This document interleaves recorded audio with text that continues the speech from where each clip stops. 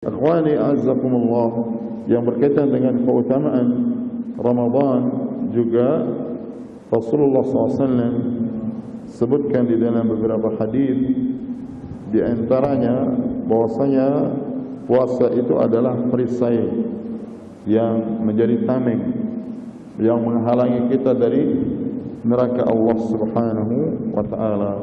Rasulullah SAW bersabda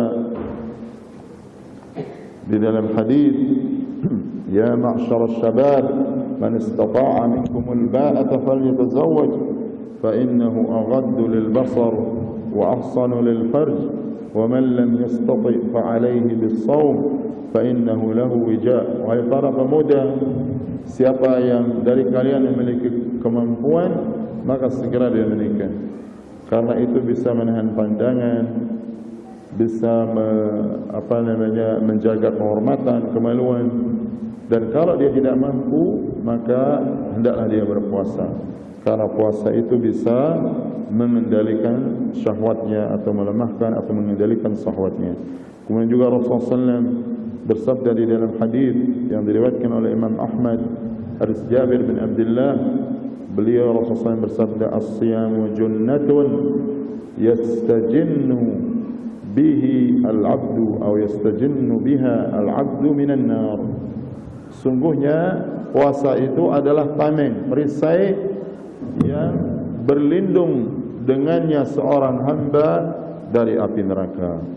Kemudian juga puasa ini di samping menjadi sebab kita dijauhkan dari neraka, juga menjadi sebab besar kita dimasukkan ke dalam surga.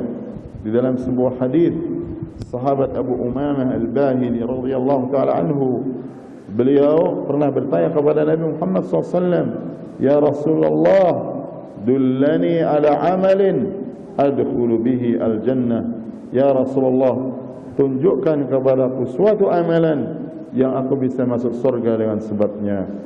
Beliau Rasulullah SAW bersabda, alaika bis-shaum la mithla lahu. Hendaklah engkau berpuasa, karena tidak ada yang semisal dengan puasa. Kemudian juga orang yang berpuasa itu dia akan diberikan pahala tanpa batas. Ya, sama seperti sabar. Bahkan kesabaran itu harus ada ketika orang itu berpuasa. Ya, Allah berfirman dalam Al-Quran, innama yuwaffas sabiruna ajrahum bighairi hisab. Sungguhnya akan dibalas orang-orang yang sabar itu dengan pahala yang tidak terhitung, termasuk orang yang berpuasa. Apalagi puasa itu juga membutuhkan apa? Kesabaran. Di dalam hadis Abu Hurairah radhiyallahu taala anhu yang diriwayatkan oleh Imam Bukhari dan Muslim, Rasulullah SAW bersabda, qala Allah Ta'ala, Allah Subhanahu wa taala berfirman dalam hadis qudsi, kullu amali ibni Adam lahu illa as-siyam fa innahu li wa ana ajzi bihi. Dan ini syahidnya bahwasanya Allah akan membalas dengan pahala tanpa batas. Allah berfirman, semua amalan anak Adam itu bagi dirinya, artinya tampak manfaat bagi dirinya, untuk maslahatnya. Sedangkan puasa itu untukku, kata Allah. Karena apa? Kenapa dikatakan bahwasanya oleh Allah bahwasanya puasa itu untuk Allah?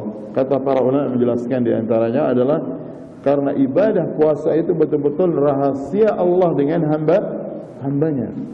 Ya, orang yang berpuasa itu bisa saja, ya, dia diam-diam dalam kamarnya, kemudian dia makan, dia minum, lalu dia keluar ke manusia dalam keadaan menampakkan diri dia berpuasa. Tapi Allah Maha melihat.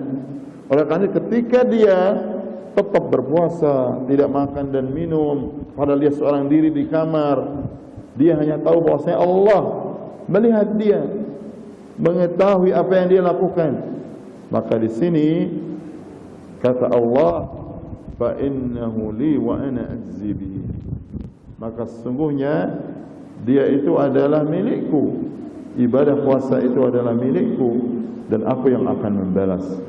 Ya, oleh karena itu adalah ibadah yang dia rahasia antara Allah dan di antara hambanya. Ya, dan di situ kita diukur oleh Allah dan Dia Maha tahu. Kita uji keikhlasan kita dalam ibadah, juga keyakinan kita tentang bahwa Allah Maha mengetahui segala apa yang kita lakukan, Allah Maha melihat, Allah Maha mendengar, dan seterusnya.